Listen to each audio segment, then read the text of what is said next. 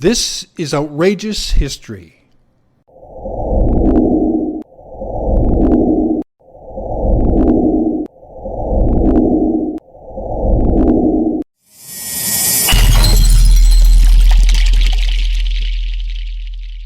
Hello everyone, I'm Ernest Granson, and welcome to Outrageous History, where we examine some of the most bizarre, strange, but also most intriguing people and events that have helped shape the history of our world.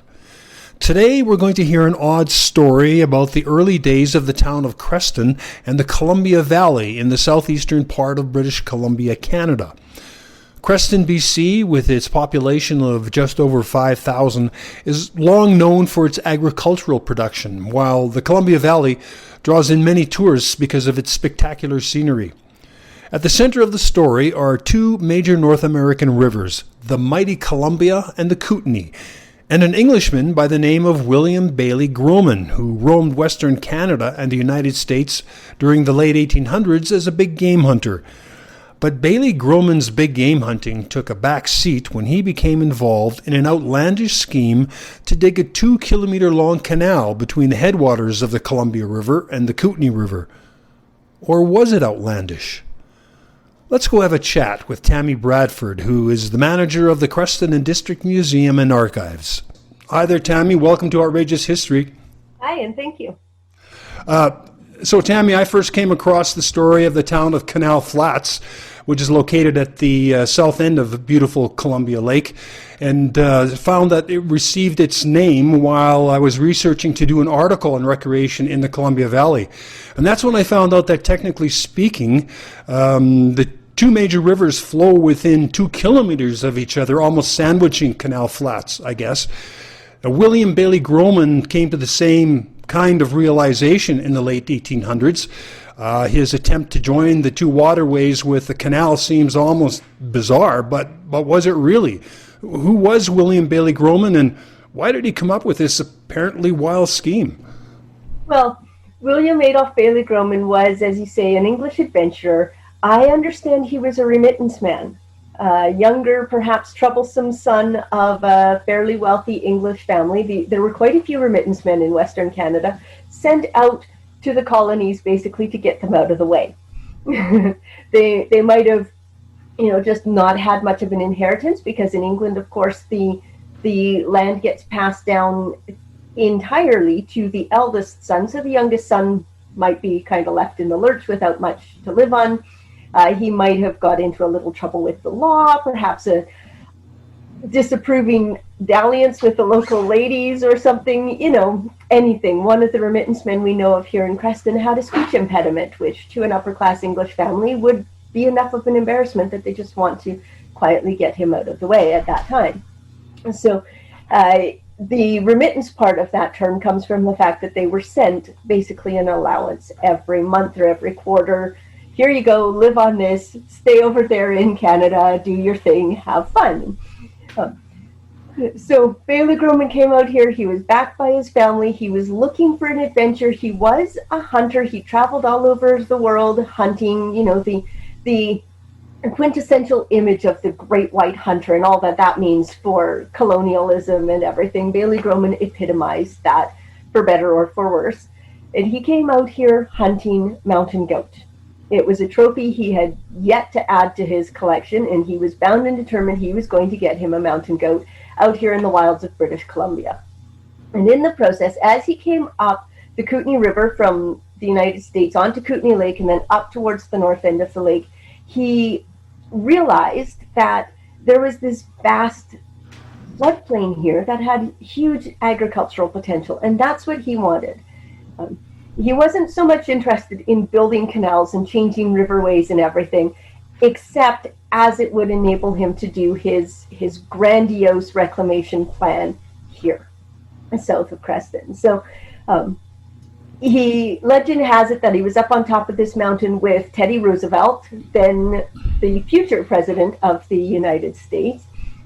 There is a very, very small grain of truth behind that story, but in fact, Baillie-Grohman was not on top of that mountain with Teddy Roosevelt. He was up there with his guides and perhaps a couple of companions looking over at the flats at the south end of the valley here in Creston, and thinking back to things he had read from other researchers, other explorers, and realizing that there was vast potential for agricultural farmland on those flatlands if they could be reclaimed from the annual flooding of the Kootenay River.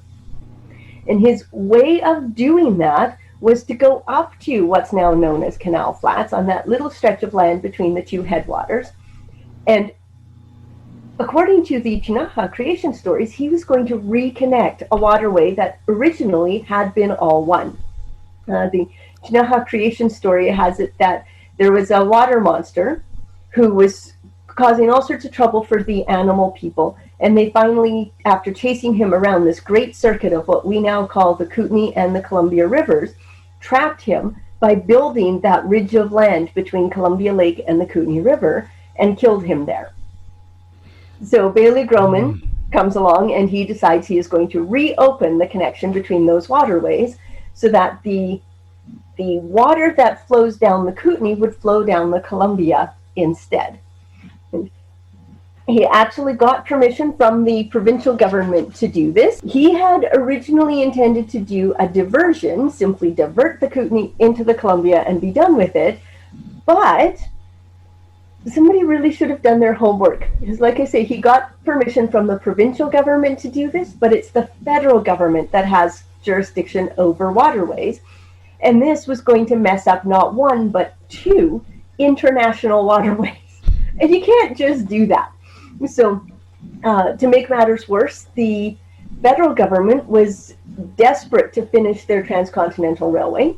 They had all of their surveys done. It included a number of trestles over the Columbia River, and those surveys and the plans for the trestles did not take into account all of the extra water that Baillie-Grohman was planning to send down the Kootenay or the Columbia's waterway from the Kootenay.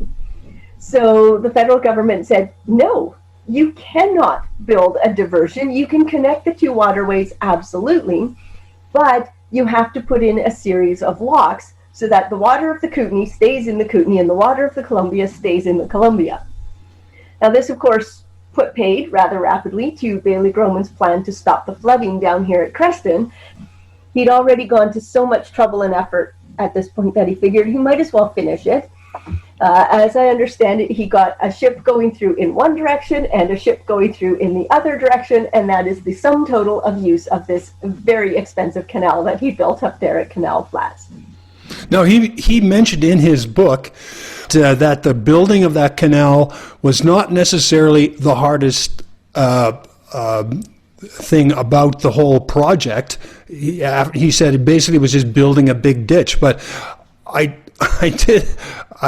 was taken aback by his description of bringing the steamship down the Columbia, or actually it would be up the Columbia at that point, wouldn't it?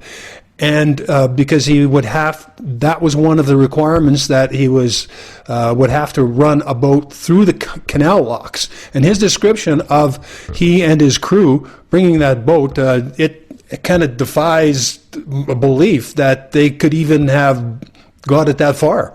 You mean the SS Midge? Yes. The infamous SS Midge. Mm-hmm. Infamous SS Midge, first steamship on Kootenay Lake. And yeah, one of the conditions of this grand reclamation scheme, which is what it boiled down to, it's that attempt to turn the flats west of Creston into farmland that triggered everything else that Baillie-Grohman did. It was all tied into that in one way or another. And when he went to the provincial government for permission to do his diversion of the Kootenay River, the government said, fine, but you have to put a steamship on the lake within 3 years. So he really didn't want to deal with boats. He just had to because of this condition that the provincial government had imposed on him, just like he didn't want to build locks in his canal. But he had to, because that was a condition that the federal government imposed on him. So in the early 1880s, this is 1883 or so, there were no boat building facilities in the Kootenays. Baillie-Grohman went back to England, where he knew of a friend of his who had this little steamship. And she was about 30 feet long, built in Norway and made of teak. so very durable. Her boiler and machinery were so big that they took up pretty much the entire space within the vessel itself. And to haul any freight, he had to tow a barge on behind. So, but getting her to the Midge to Canada wasn't a big deal. He just strapped this little ship onto the deck of an Atlantic steamer, sent her into Montreal, and there he ran into problem number one, which was customs. Canadian customs wanted to slap fairly significant import duties on this ship. Baillie-Grohman doesn't specify what they were, but he does say that they were exorbitant, and he did not want to pay them. But fortunately for him, he had a friend fairly high up in the customs department, went to this friend, and the two of them were trying to figure out a loophole, how to get this ship into the country without paying these exorbitant customs duties. And the loophole that Baillie-Grohman found was a little statement in the Settlers Act, because at this time, of course, the federal government was desperately trying to fill up the Canadian West, primarily to stop American expansionism. And so anything that you were bringing into Western Canada to establish a farm there came in duty-free. Baillie-Grohman's pointing this out to his friend in the customs department and saying, there we go, this is how we're going to do it. This is a farm implement. And the customs agent is thinking, seriously, how do you justify a ship as a farm implement? And Baillie-Grohman was nothing if not inventive. He very accurately pointed out that the land he wanted to farm out here west of Creston was underwater. He needed the steamship to pull the plow.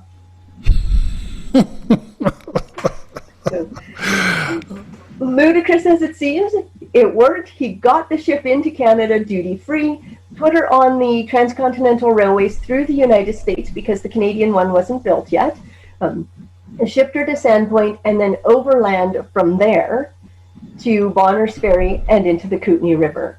And that's where when he's writing about it, he's describing this series of rollers. They had to drag this thing overland. The way he writes about it, he did all of this work, but I seriously doubt he did much more than supervise. In fact, if you read his account of his first trip, his hunting trip up the Kootenay River, Kootenay Lake, looking for his mountain goat, he describes his Chinaka guides as basically servants. They are doing all the work. He's sitting there in the middle of the canoe, leaning against his pack. The worst thing that happens to him is he loses his shaving kit overboard. So I don't see this guy really being the one putting the rollers under the ship and dragging it over and hauling it up and down hills and everything. He had people that he paid to do that. He did not do it himself. So he did complete the canal. Did he complete the locks as well as required? And what eventually happened to that canal? He did complete the canal. He did build the locks. Like I say, there was a ship that went through once in each direction, and that was it. The canal fell into disuse and deteriorated very soon after that. Well, what is the story about the canal, or the one of the ships having to be removed by dynamite, or was that the canal itself? That might have been the canal itself. I'm not familiar with that part of the story. Oh, I thought one of the ships got stuck in the canal. I would have to dig into that, but it would be very typical of Baillie-Grohman's projects. There was always something that seemed to go wrong. Well, what finally ended the whole scheme? The whole scheme actually did not end. Ultimately, the flats were reclaimed, but Baillie-Grohman had nothing to do with it, with that final success. After he'd given up on the Canal Flats scheme, built his canal, saw his boat go through once in each direction, he went over to Nelson at an area where the Kootenay Lake becomes the west arm at Nelson and then narrows further to become the Kootenay River that flows west to Castlegar. And where it narrows is still called Grohman Narrows to this day because Baillie-Grohman went over there and attempted to dredge it out in the belief that if he did so, it would make the lake drain faster and therefore prevent the flooding down here at Creston. Now, this idea did come forward again in the early to mid-1930s. West Kootenay Power had proposed it, and after the flood of 1938 that destroyed the farmlands here, West Kootenay went on record in the newspaper saying, yeah, if we'd been allowed to do this, that flood would never have happened. I don't know, maybe there is something to it. To me, it seems a little bit strange to think that a lake that's, 96 miles long, fed at both ends by 3 rivers, and in the middle by a number of creeks, could possibly drain fast enough through this tiny little opening over west of Nelson to prevent this colossal flooding that we saw every year at Creston. But I'm guessing West Kootenay would have had engineers looking at it, so maybe there was something to it. And those, from what I understand, Baillie-Grohman wasn't definitely not the first to want to try to do something about that flooding at Creston. That the dikes had been built previously, and so it was a real problem. No, not prior to Baillie-Grohman. There had been people, earlier explorers, who came through and recognized the potential of the flats as farmland if the flooding could be prevented, but there had been nothing done about it until Baillie-Grohman. Baillie-Grohman started with his Canal Flats scheme, and then he went to his Grohman Narrows scheme, and then he gave up in disgust. He sold everything to the Alberta B.C. Exploration Company, went back to England, vowing never to have anything to do with the Kootenays again, and in fact describing canal building as a way of committing suicide in a decent, gentlemanly manner. Then, of course, in the process, he'd blown a good chunk of the family fortunes. But it was the Alberta BC Exploration Company that in 1892-93 got involved in this. They're the ones who started building the dikes. Now, they were not successful either, because the spring of 1894, Mother Nature had a hissy fit. Long, cold spring following a very high snowfall winter, and then very rapid warming, and all of the dikes that they had built down on Boundary Creek right at the south end of the valley wound up washing away into Kootenay Lake.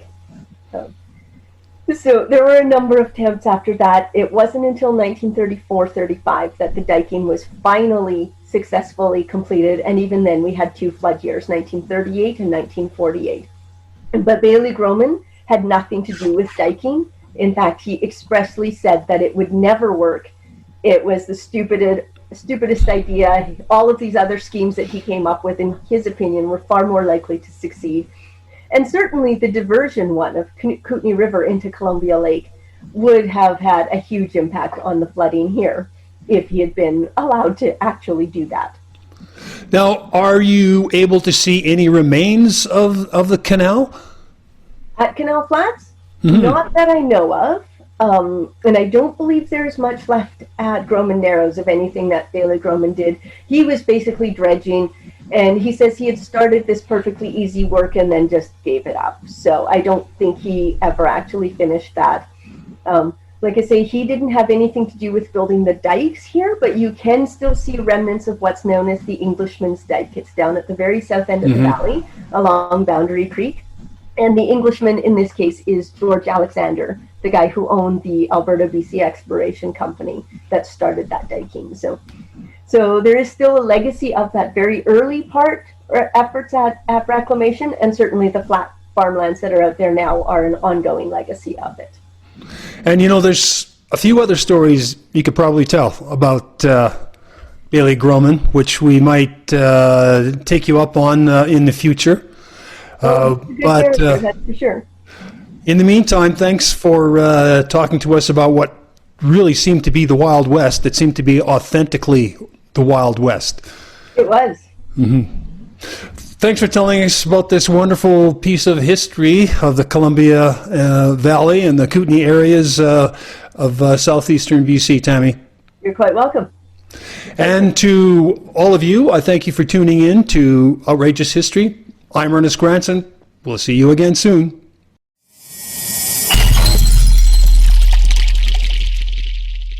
Outrageous History is produced by Northern Flicker Media.